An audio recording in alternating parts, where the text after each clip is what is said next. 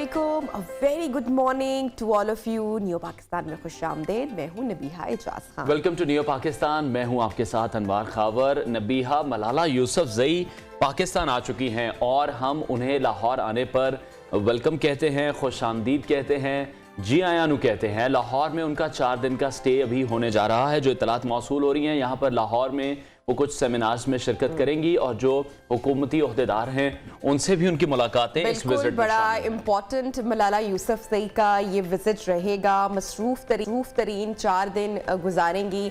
अहम मुलाकातें मुतवक्के हैं इन 4 दिनों में। इस हवाले से हम आपको आने वाले प्रोग्राम्स में भी डेफिनेटली अपडेट करते रहेंगे। फिलहाल हम मलाला को वेलकम कहते हैं इन पाकिस्तान और प्रोग्राम को आगे बढ़ाएंगे। पिक्चर उन्होंने ये एयरपोर्ट पर अपनी बिल्कुल उन्होंने, और जिसके बाद सोशल मीडिया पर काफी लोगों की और Malala is an international celebrity. Obviously जब भी वो कहीं पर ट्रैवल करती हैं, पाकिस्तान आई हैं ऑब्वियसली, तो जो इंटरनेशनल मीडिया है वो खास तौर पर कवरेज करता नजरें रखता है मलाला की सारी तरह की एक्टिविटीज पर। तो बहरहाल हम भी आपको वक्तन फवक्तन अपडेट करते रहेंगे। अभी नजर डालते हैं ऑन टॉप स्टोरीज। लिबर्टी चौक में कप्तान की फिर एक कॉल। क्या लाहौर का लिबर्टी चौक तहरीर स्क्वायर बन सकेगा? असेंबलियां टूटने का ऐलान कितना काबिल अमल है? दिसंबर में पंजाब असेंबली की तहलील का फैसला। जनवरी में नवाज शरीफ की आमद के ऐलानात। क्या हुकूमत और पीटीआई में इलेक्शन के मामले पर डील हो चुकी है? सरकार की सब अच्छा की गर्दान, अवाम की जिंदगी हो गई अजीरन। रोटी से बिस्किट, चीनी से दाल तक सब महंगा। डॉलर की किल्लत, अद्वियात का बहरान सर उठाने लगा। सिफारती अमले की तनख्वाहें भी रोक ली गईं। हक़ाइक़ क्या है? पाकिस्तान में दहशतगर्दी, हर आग के पीछे भारतीय खुफिया एजेंसी। क्या अक़वाम आलम भारतीय साजिशों का नोटिस लेंगी? पाकिस्तान का सब्र का पैमाना भी छलक उठा। पंजाब हुकूमत की बेहिसी, तारीखी कॉलेज के 5000 तलबा का मुस्तकबिल खतरे में। मॉडर्न कॉलेज रावलपिंडी की निजकारी की कोशिशें क्यों की जा रही हैं? इस्लामाबाद की सैर और टिकटॉक पर पाबंदी के हवाले से भी प्रोग्राम में डिस्कशन करेंगे। सबसे पहले बात करेंगे सियासी मंजरनामे की, जहां पाकिस्तान तहरीक इंसाफ एक बार फिर से एक्टिव दिखाई दे रही है और हम डेली यही डिस्कस कर रहे हैं कि असेंबलियां तहलील का जो फैसला है वो नहीं कर पा रहे। लेकिन अभी ये इतलात है कि पंजाब असेंबली की तहलील के मामले पर इस फैसले की तौसीक कर दी गई है। सवाल ये उठ रहा है कि इमरान खान क्यों बार बार अपने मेंबरान असेंबली से मुलाकातें कर रहे हैं, असेंबली की तहलील की बात कर रहे हैं। पहले भी हमने देखा कि रावलपिंडी के मेंबरान असेंबली से उन्होंने मुलाकात की और इजलास में उन्होंने यही बातें रिपीट की थी। और मंगल को भी उन्होंने भक्कर, मियां वाली, पाकपतन और साहिबा से ताल्लुक रखने वाले जो अरकान असेंबली हैं उनसे भी मुलाकात में वो सेम बात करते दिखाई दी। बिल्कुल ऐसा ही है। तो पाकिस्तान तहरीक इंसाफ की क्या स्ट्रैटेजी होगी वो भी अब वाज़ेह तौर पर दिखाई देना शुरू हो गई है। बादशाह सीनियर वजीर पंजाब मियां असलम इकबाल ने सहाफियों से अनवार गुफ्तगू की और गुफ्तगू करते हुए उन्होंने यही कहा है कि तहरीक इंसाफ हफ्ते को लाहौर के लिबर्टी चौक में बड़ा इज्तिमा करेगी। तो ऑब्वियसली जो स्ट्रैटेजी है वो दिखाई दे रही है। खान साहब असेंबलियां तहलील करने की तारीख का ऐलान करेंगे। दो के थोड़ा सा कॉन्फ्लिक्ट अभी भी दिखाई दे रहा है इन पीटीआई। बहरहाल मियां असलम इकबाल साहब का यह भी कहना था कि चौधरी परवेज इलाही असेंबली तहलील करने की समरी इमरान खान के हवाले कर चुके हैं और बड़ी कंफ्यूजन का शिकार दिखाई दे रहे थे इससे पहले। बिल्कुल शेख रशीद की स्टेटमेंट, पीटीआई के जो अहम लीडरान हैं, रहनुमा हैं, उनकी स्टेटमेंट्स, तो परवेज इलाही की जो सियासत है वो भी इस वक्त मरकज़े निगाही है। बिल्कुल, और यही कहा जा रहा है कि मुस्लिम लीग काफ और पाकिस्तान तहरीक इंसाफ एक ही पेज पर है। लेकिन अभी भी सवाल यही है कि इमरान खान अपने ही मेंबरान असेंबली से मुलाकातें करके उन्हें असेंबलियों की तहलील की यकीन दहानी क्यों करवा रहे हैं? क्योंकि कल भी हमने प्रोग्राम में बात की थी कि इसके जो नुकसानात हैं वो पीटीआई को और इमरान खान को खास तौर पर हो सकते हैं, क्योंकि जब तक वजीर आला पंजाब चौधरी परवेज इलाही हैं तो तब तक तो जो इमरान खान हैं वो भी महफूज हैं, उनकी गिरफ्तारी अभी डिले हो रही है, उनके जो केसेस हैं, उनके सिक्योरिटी के जो मामलात हैं, अगर पंजाब में भी गवर्नमेंट तहलील कर दी जाती है तो फिर उसके बाद जो इमरान खान को इस वक्त सिक्योरिटी मिली है वो भी उनसे वापस ले ली जाएगी और फिर साबिक वज़ीर आज़म के लिए जो सिक्योरिटी है, एक प्रोटोकॉल है, वो उन्हें दिया जाएगा। और जो उनके ज़ेर इल्तवा मुकदमात हैं उसमें भी कहा जा रहा है कि उन्हें गिरफ्तार किया जा सकता है। ऐसे ही है। और नाज़रीन ये भी इतलात हैं कि पाकिस्तान तहरीक इंसाफ के अंदर से भी कुछ लोग ये नहीं चाहते हैं कि ऐसे मौके पर असेंबलियां तहलील की जाएं। ऑब्वियसली जब आपकी हुकूमत होती है तो बहुत सारे अनवार बेनिफिट्स भी हमें मिल रहे होते हैं। पीटीआई जराये के मुताबिक पार्टी में कुछ लोगों की ये राय है कि पंजाब और केपी असेंबली तहलील करने की बजाय कौमी असेंबली में वापसी की राह इख्तियार की जाए। और अगर तहरीक इंसाफ असेंबली तहलील कर देती है तो उसका नुकसान भी सिर्फ पीटीआई को होगा। अच्छा, हुकूमत भी इस हवाले से नहीं चाहती कि असेंबलियां तहलील हो। बड़ा पॉजिटिव मैसेज किया पीएम शहबाज शरीफ की जानिब से, उन्होंने दावत भी दी लेकिन गैर मशरूत मुज़ाकरात की दावत दी। अच्छा, इमरान खान के इस ऐलान के साथ ही नवाज शरीफ की वतन वापसी के हवाले से तारीखें भी अब सामने आ रही हैं। ऑब्वियसली बड़ी देर से राहें हमवार करने की कोशिश की जा रही हैं और यही इत्तलात है कि मुस्लिम लीग नून के कायद मियां नवाज शरीफ की जनवरी के दूसरे हफ्ते अनवार वतन वापसी होगी। लेकिन उनका वतन वापस आना भी इतना आसान नहीं होगा। ऑब्वियसली जब वो आएंगे तो जो केसेस हैं उनसे एस्केप कैसे हासिल करेंगे और कितना चैलेंजिंग होगा, प्लानिंग की जा रही है, बिल्कुल की जा रही है। तो साबिक वज़ीर आज़म जनाब नवाज शरीफ की हिफाजती जमानत के लिए हाई कोर्ट में दरखास्त भी दायर की जाएगी और दीगर जो लीगल काम है उनको भी आगे बढ़ाया जाएगा। बिल्कुल, जो पार्टी के जो सीनियर रहनुमा है उन्होंने पार्टी का नवाज शरीफ को लाहौर के बजाय इसीलिए इस्लामाबाद लैंड करने का मशवरा भी दिया है। इसी पर मजीद बात करेंगे। सीनियर तजियाकार नासिर बेग चुगताई साहब ने हमें ज्वाइन किया है। नासिर साहब, बहुत शुक्रिया आपके वक्त के लिए। हम देख रहे हैं कि असेंबलियों की तहरील के मामले पर पीटीआई गुमगो का शिकार है। परवेज इलाही भी इस वक्त मरकज़े निगाह बने हुए हैं। आप क्या समझते हैं कि अगर तहलील भी कर दी जाती हैं ये सूबाई असेंबलियां तो क्या फ़ायदा होगा पाकिस्तान तहरीक इंसाफ को और नुकसानात क्या क्या हो सकते हैं? देखिए, फ़ायदा तो इस वक्त सिर्फ परवेज इलाही साहब को हो रहा है। वो गुमनाम हो गए थे, वो डार्कनेस में चले गए थे, अचानक हीरो बन के सामने आए, अचानक किंग मेकर बन के सामने आए। और किंग मेकर किस तरह के, उनके पास 8 या 10 सीटें हैं और वो 8-10 सीटें फैसला कौन है। वो इधर जाता है परवाना या उधर आता है परवाना वाली बात है।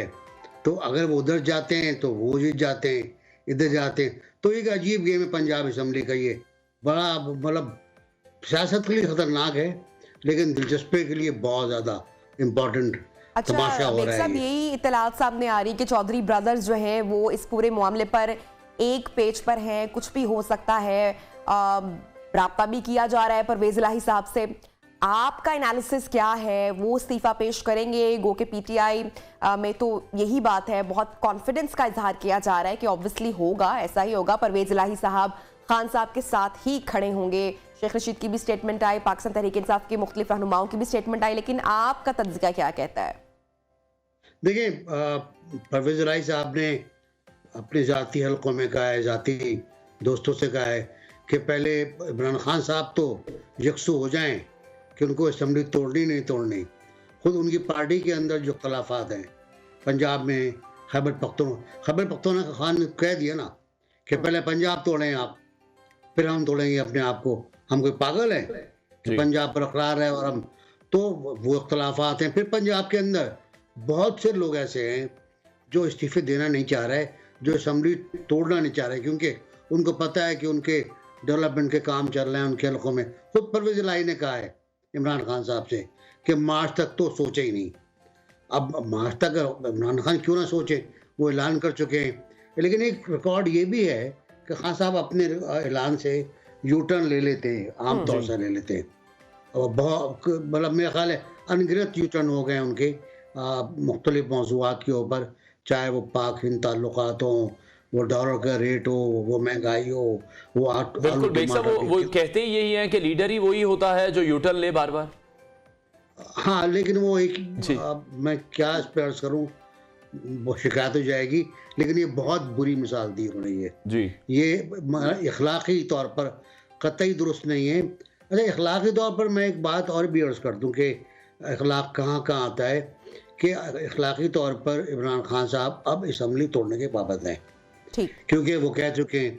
लेकिन यूटर्न पॉलिसी के तहत वो मुमकिन ही कह दें कि मुल्क के अजीम तर मफाद में, जमहूरियत के मफाद में हमने फैसला किया है कि कुछ और दिन को उसे काम करने दें। लेकिन वो फंस गए हैं, वो ट्रैप हो गए हैं। वो डेट देकर अब वो 17 कह रहे हैं, फिर वो 20 कहेंगे। शेख रशीद जितनी डेटें दे रहे हैं वो आप देख रहे हैं। शेख रशीद ने जुलाई से शुरू किया था कि जुलाई ख़त्म, अगस्त में ख़त्म, सितंबर में ख़त्म, नवंबर में 2 डेट्स दी, दिसंबर में 3 डेट्स दे चुके हैं वो। तो तारीख पे तारीख चल रही है। ठीक है बेग साहब, जिस तरह से हम भी रोज ये डिस्कस कर रहे हैं कि तारीख पर तारीख दी जा रही है और विद इन द पार्टी भी हम देख रहे हैं कि काफी कंफ्यूजन है, काफी कॉन्फ्लिक्ट है इस तमाम तर मामले को लेकर। क्या आपको लगता है जो मुक्तदर हल्के हैं वो अभी भी इस सूरत हाल में भी एक्टिव हैं, उन्हीं की जानिब से ये डिले करवाया जा रहा है, या इमरान खान को जो तहफ़्फ़ुज़ात हैं वो ये भी हैं कि उनकी सिक्योरिटी भी वापस ले ली जाएगी, उनको गिरफ्तार भी किया जा सकता है जो मुकदमात चल रहे हैं? इमरान खान साहब को सिर्फ एक तहफ़्फ़ुज़ है, तहफ़्फ़ुज़ात नहीं कहूँगा, एक तहफ़्फ़ुज़ है कि मुझे बचाया क्यों नहीं गया। उनको शिकायत थी। देखिए, आज भी वो डेमोक्रेसी की बात नहीं कर रहे हैं खान साहब, जी आज भी वो कोई और बात नहीं कर रहे, वो आज बात ये कर रहे हैं कि इन लोगों को क्यों लाया गया, मुझे क्यों नहीं बचाया गया और मेरा साथ दिया जाए। पाकिस्तान की सियासत में नया नहीं है, मुझे क्यों निकाला या मुझे क्यों नहीं बचाया गया, तो खान साहब तो समझदार हैं, he is a wise man, उनको तो समझना चाहिए। तुम्हें एक ने कहा मुझे क्यों निकाला जी, और एक कह रहा है मुझे क्यों नहीं बचाया। ये दो वाक़यात हैं तारीख में, बाकी तो लोग फांसी चढ़ गए यार जी, मुखालफत करके, जी, वायलेट करके, वो भी मोहसिन थे। देखें, इस तारीख में दो मोहसिन गुजरे हैं, एक ज़ुल्फ़िकार अली भुट्टो जिसको फांसी चढ़ा दिया आपने, और एक मोहसिन जनरल बाजवा जो इमरान खान साहब को लेकर आए थे दूल्हा बना के, और अब इमरान खान साहब उनके खिलाफ बात कर रहे हैं। तो ये अजीबोगरीब सियासत है हमारे यहाँ की। हमारे यहाँ पॉलिटिक्स नहीं होती, हमारे यहाँ जमहूरियत नहीं होती, हमारे यहाँ मैशियत पे बात नहीं होती। इस वक्त जो सूरत हाल है वो माशी सूरत हाल है, वो इतनी खतरनाक सूरत हाल है जिसमें बिल्कुल ये, कल मैं सुन रहा था मिफ्ता इस्माइल को, उनका डिफॉल्टर। लेकिन जिस तरह से हम देख रहे हैं खान साहब सिर्फ मकबूलियत की बुनियाद पर ही दोबारा वापस नहीं वजीर आजम बन सकते।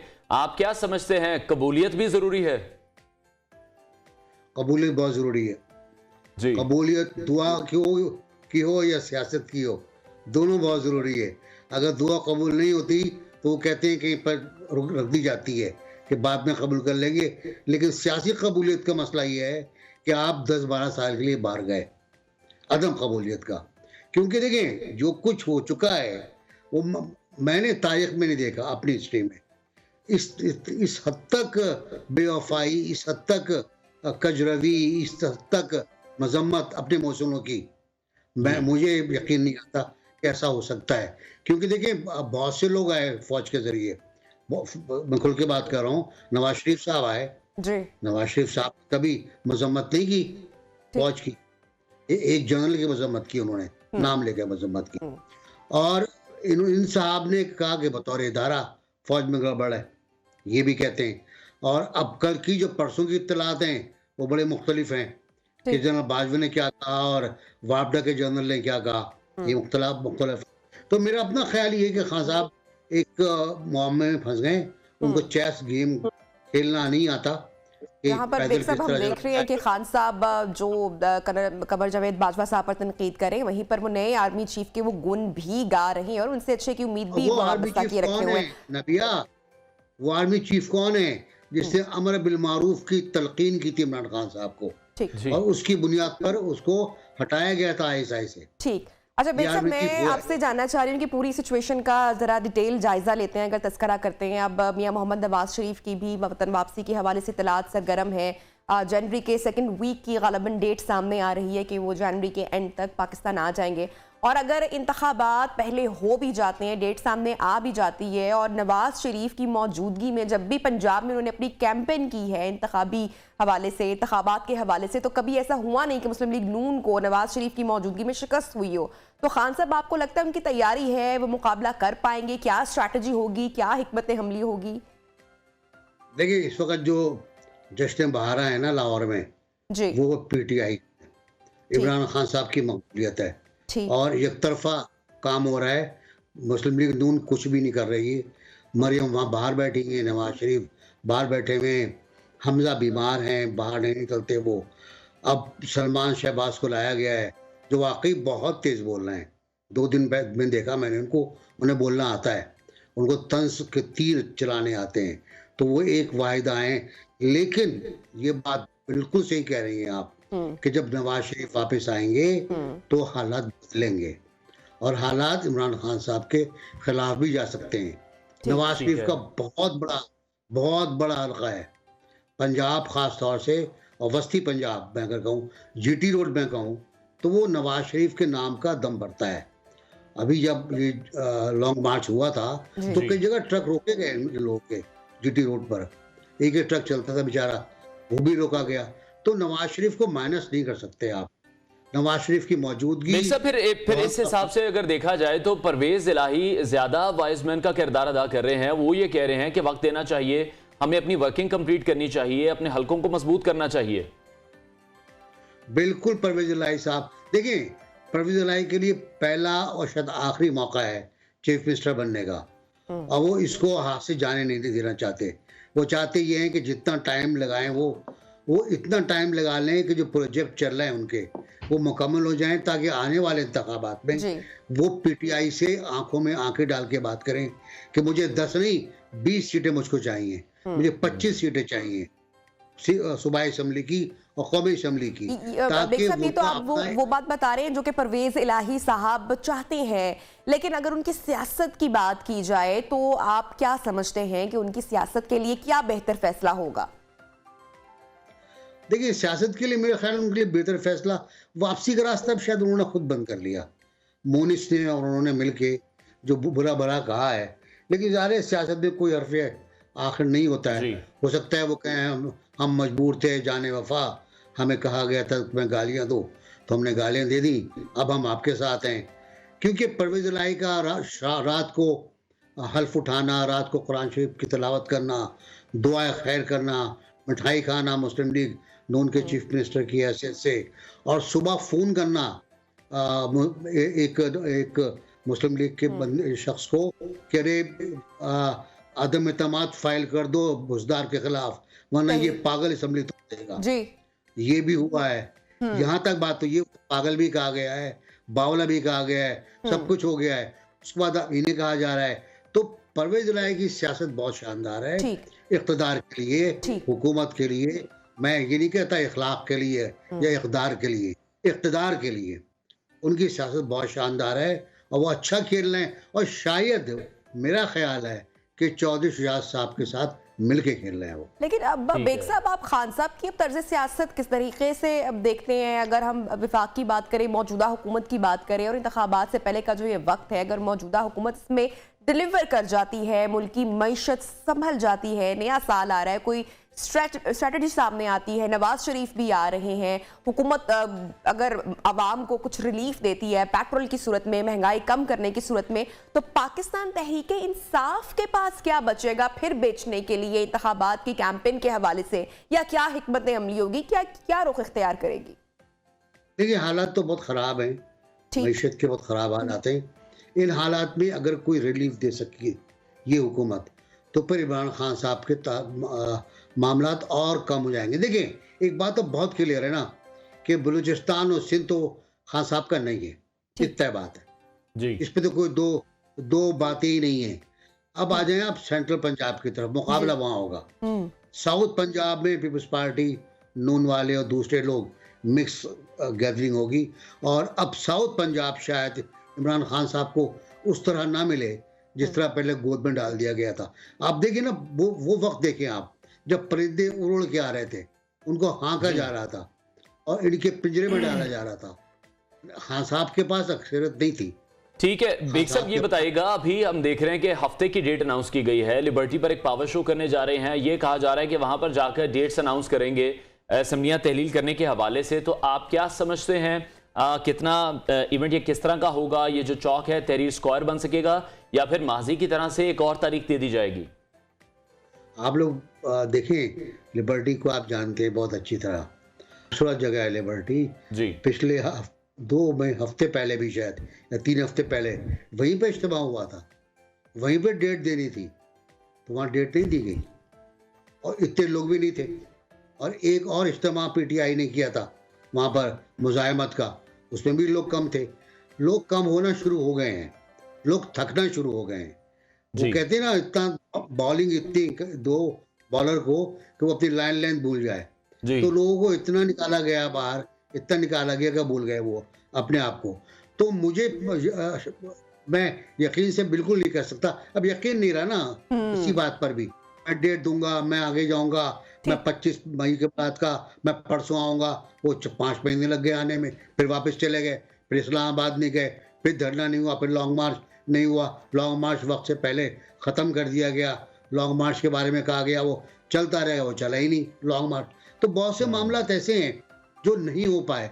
तो अभी भी खुदा करे असेंबली तोड़ देंगे, खुदा करे इस्तीफे दे देंगे, ठीक, अपनी बात पे कायम तो रहें कम से कम। ठीक है। लेकिन मुझे लगता है बहुत कि बहुत शायद शुक्रिया नासिर बेग चुगताई साहब, सीनियर तज्जियाकार एनालिस्ट हमारे साथ इन कॉन्वर्सेशन थे। और अनवर, चूंकि मुल्की जो हालात हैं और हमारी जो मुल्की माशी सूरत हाल है वो इस वक्त बहुत ही चैलेंजिंग सूरत हाल का शिकार है, लेकिन अगर मौजूदा हुकूमत कोई रिलीफ, बड़ी रिलीफ आवाम को नहीं देती है तो फिर क्या हिकमत अमली होगी इंतखाबात में अगर दोबारा जगह चाहिए। और यही हम शो के जो अगले हिस्से में भी डिस्कस करने जा रहे हैं कि जो मईशत है वो तबाह हुई है, महंगाई के चैलेंजेस हैं मौजूदा हुकूमत को भी, ब्लेम गेम चल रही है, ब्लेम गेम चल रही है, बिल्कुल प्रायोरिटीज डिफरेंट हैं। ब्रेक लेते हैं, ब्रेक के बाद आपको दोबारा ज्वाइन करते हैं। स्टे विद अस।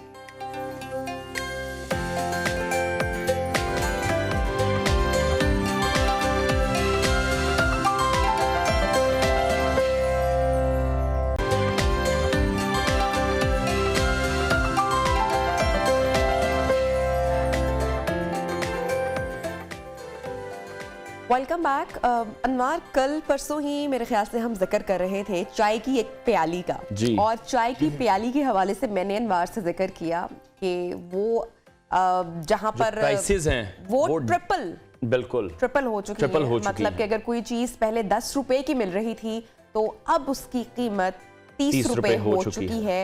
और मेरे ख्याल से इस महंगाई की चक्की में हर इंसान ही पिसता हुआ दिखाई दे रहा है। अच्छा, वज़ीर आज़म जनाब मियां शहबाज शरीफ साहब वो पूरी सूरत हाल से वेल अवेयर हैं। उन्होंने मुल्क को दरपेश मुश्किलात और चैलेंजेस का बारहा जिक्र किया है और जिक्र करते हुए कहा है कि मुआशी तबाही और महंगाई के चैलेंजेस के दौरान IMF ने बाकायदा पाँव में जंजीरें पहना दी हैं, जबकि जो मुल्क में हैजानी कैफियत है वो पैदा करने की शौरी कोशिश भी की जा रही है। उनका इस हवाले से क्या कहना है वो भी आपको दिखाते हैं। और शहबाज शरीफ ने मुख्तलिफ वक्त में ये भी कहा है कि अवाम को बड़ा रिलीफ भी देंगे। कब देंगे लेकिन वो रिलीफ सामने नहीं आ रहा, क्योंकि अब एक बहुत जिस तरह से आपने चाय की बात की है, इसी तरह से एक बहुत सी आम सी चीज है प्याज की। अगर बात करें तो 200 रुपए से लेकर 240 रुपए किलो प्याज इस वक्त बिक रहा है।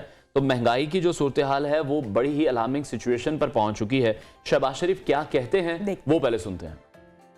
बहुत मुश्किलात है, चैलेंजेस बहुत है। एक तरफ माशी तबाही जो पिछली हुकूमत ने की, महंगाई का बोझ है, IMF का कड़ी शराइत है, उन्होंने बाकायदा पाँव में जंजीरें पहना दी हैं। फिर आप देखते हैं कि सैलाब के लिए हमें जो फंड चाहिए, तो ये एक बहुत बड़ा चैलेंज है।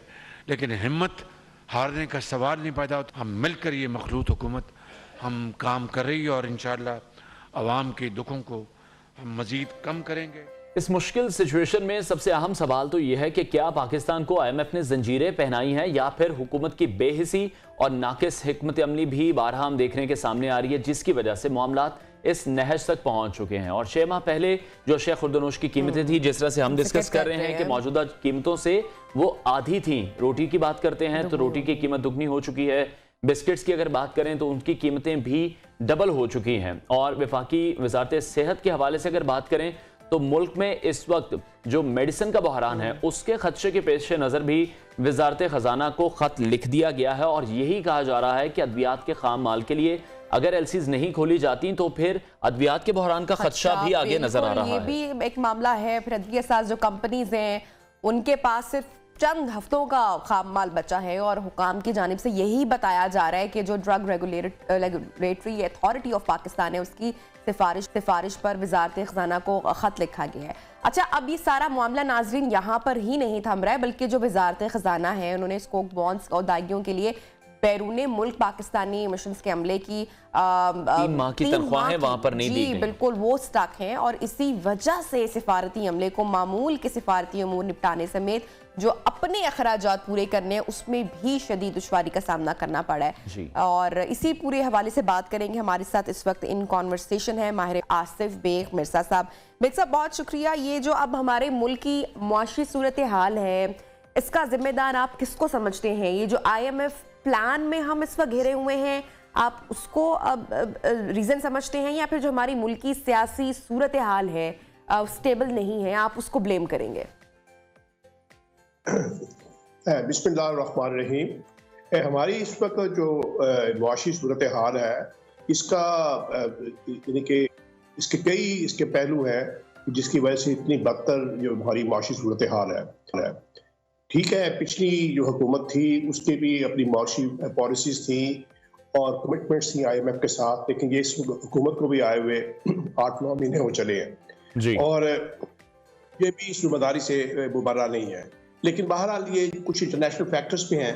खास तौर पे आपने देखा है कि फरवरी के जो एंड में ये यूक्रेन की वॉर शुरू हुई, खास तौर पे उससे हमारे सारी दुनिया के अंदर कमोडिटी की प्राइसेस जो है उसका एक हाइपर सुपर प्राइस साइकिल चला, जिसकी वजह से सारी दुनिया इम्पैक्ट हुई, खास तौर पे पाकिस्तान, क्योंकि पाकिस्तान जो है इस तरह डिपेंडेंट है अपनी एनर्जी इंपोर्ट्स के लिए। हमारी पेट्रोलियम प्रोडक्ट्स, हमारी बहुत सारी रिक्वायरमेंट्स जो हैं एनर्जी की वो अब काफ़ी सारी शिफ्ट भी हो गई है LNG पे।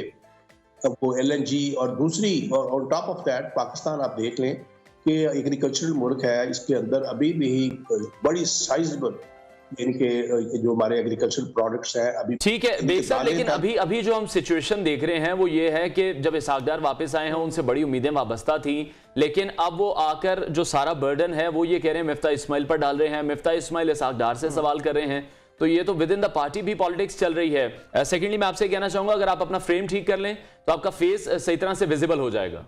थोड़ा सा आप अगर पीछे हो जाएं। जी जी, उसमें आपकी बात सही कह रहे हैं कि ये इसहाक डार के आने से जो एक मेरे ख्याल में हमने गैर जरूरी तौर पे इतनी उम्मीदें लगाई हुई थी, क्योंकि एक हार्ड रियलिटीज है।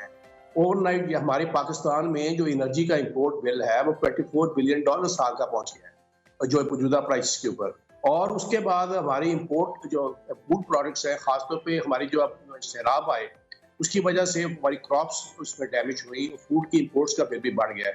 तो हमारी जो एक्सपोर्ट्स हैं तो बहुत कम तादाद में उनमें इजाफा हुआ है और unfortunately sorry to interrupt you, but अगर आप थोड़ा सा पीछे होकर बैठ जाएंगे आपका फेस प्रॉपर आ जाएगा।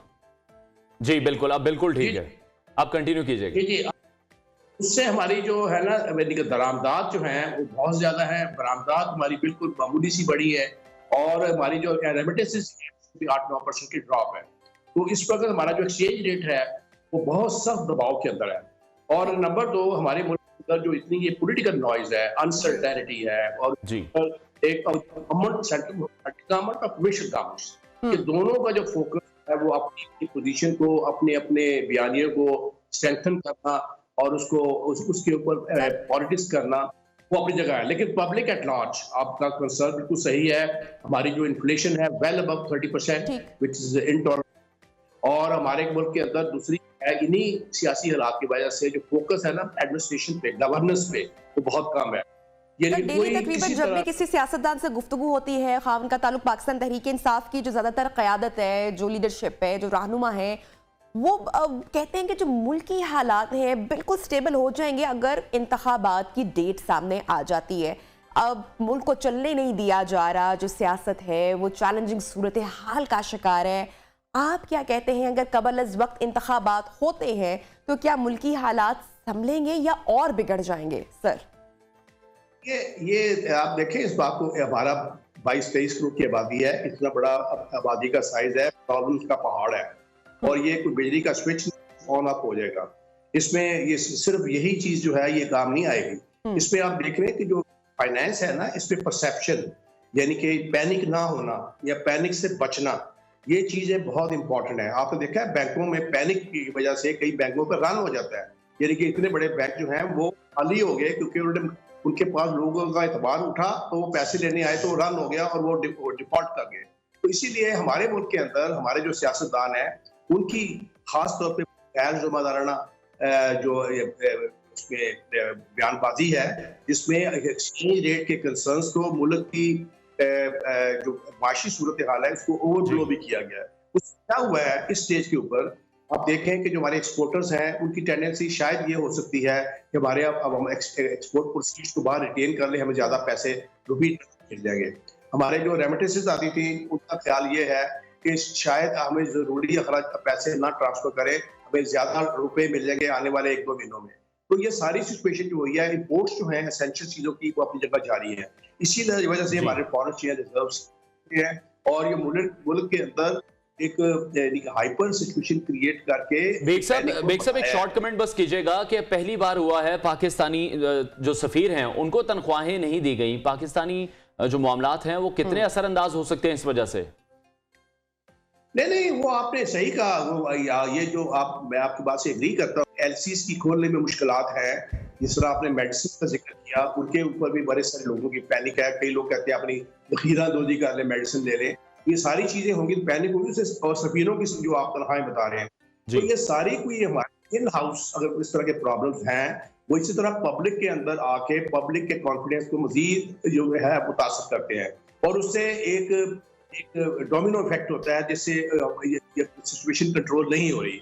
लेकिन नेवरदलेस हमारे मुल्क के अंदर जो इन्फ्लेशन के लेवल्स हैं, इंटरेस्ट रेट जो हमारा 16% है, कम होता हुआ नजर नहीं आ रहा है क्योंकि है। तो इसमें जो मुल्की हालात शॉर्ट रन के अंदर बहुत ज्यादा मुश्किलात में हमारा मुल्क है। तो ठीक है, बहुत शुक्रिया माहिर मईशत आसिफ बेग मिर्जा हमारे साथ इन कॉन्वर्सेशन थे, और उनका भी यही कहना था कि जो प्रायोरिटीज हैं वो हुकूमत को बदलने की ज़रूरत है। महंगाई इस वक्त बहुत ज़्यादा बढ़ चुकी है, उसको कंट्रोल करने के लिए हुकूमत की जो हिकमत अमली है वो भी कहीं नहीं दिखाई दे रही। बहरहाल प्रोग्राम में वक्त हुआ है ब्रेक का। ब्रेक के बाद जब वापस आएंगे तो फुटबॉल के मैदान से खबरें आपके साथ शेयर करेंगे। 2 बार का world champion Argentina is in final once again. Update देंगे after a break. Stay with us.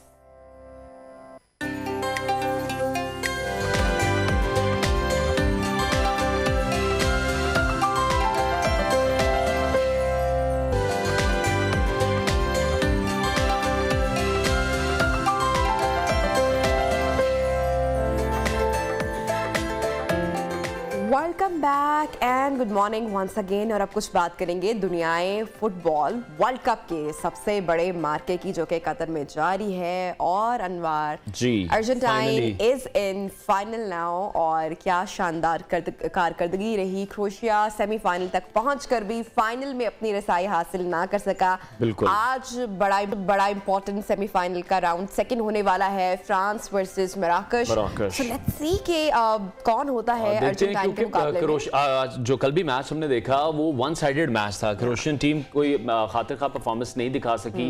3 goal score किए गए अर्जेंटाइन की जानिब से, और उसके मुकाबले में 0 के मुकाबले में 3 गोल से उन्हें शिकस्त हुई है। फाइनल की दौड़ से वो बाहर हो गए हैं। और हम भी डेली बेसिस पे जब डिस्कस कर रहे थे फुटबॉल को, जो हमारे गेस्ट थे वो भी यही कह रहे थे कि क्रोएशिया अपसेट कर रहा है। क्रोएशिया की कोई वैसी गेम है नहीं, उनकी जो स्ट्रैटेजी है वो बड़ी डिफेंसिव है। वो पेनल्टी किक्स पर जाते हैं और वहां पर मैच जीतने की कोशिश करते हैं। लेकिन कल अर्जेंटीना की जानिब से मोरक्को को भी अपसेट कहा जा रहा है, लेकिन जो उनके गोलकीपर है उनकी चर्चा जो है वो इस फुटबॉल में बहुत ज्यादा है। सो लेट्स सी, हमारे जो प्रोड्यूसर साहब है उनकी भी ख्वाहिश थी कि आज जो है वो अपसेट अगर हो जाता है, अपसेट तो नहीं होगा, अगर अच्छा जो भी गेम अपना प्ले करेगा वो ही फाइनल में ऑब्वियसली जाएगा।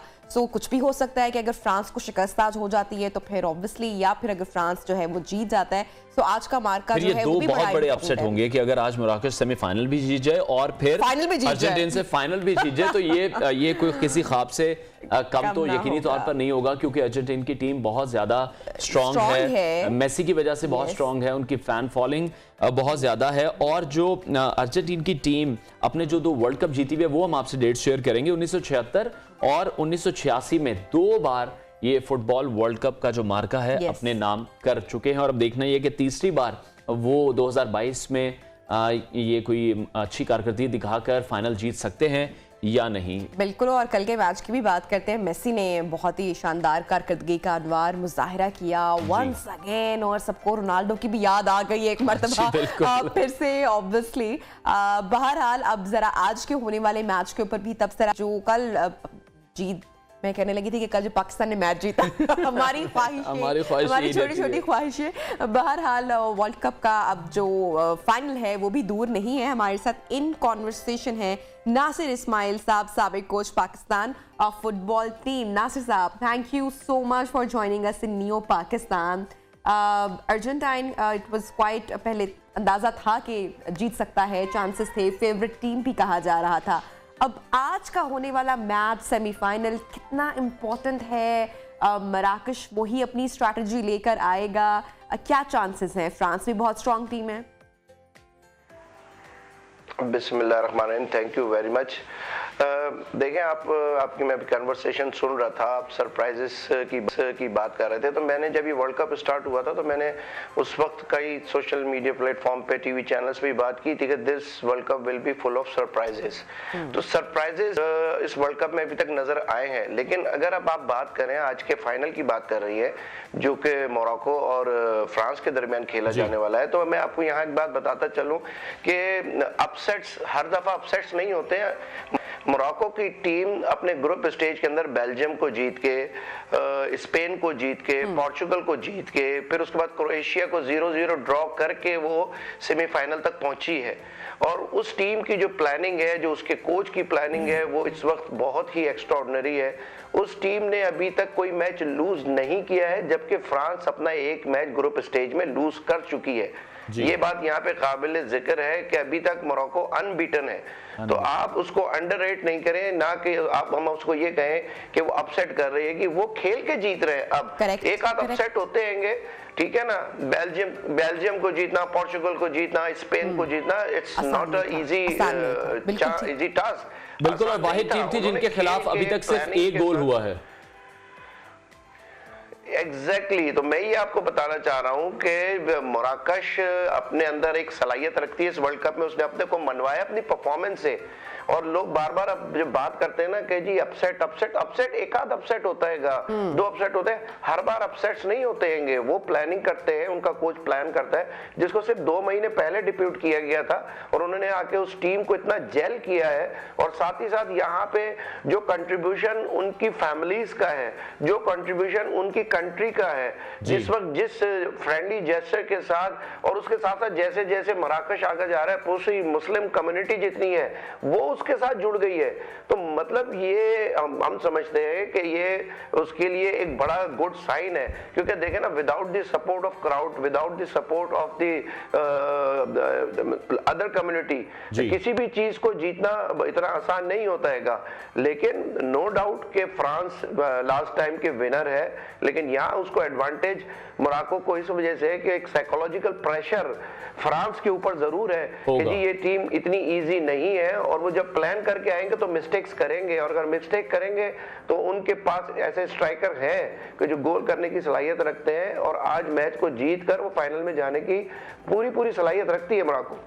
ठीक है, नासिर साहब ये भी बताइएगा, फीफा वर्ल्ड कप का सेमीफाइनल जो हमने देखा, अर्जेंटीना का क्रोएशिया का वन साइडेड मैच था, आप क्या कहेंगे? क्रोएशिया की बैड लक थी या मेसी की परफॉर्मेंस बहुत अच्छी थी?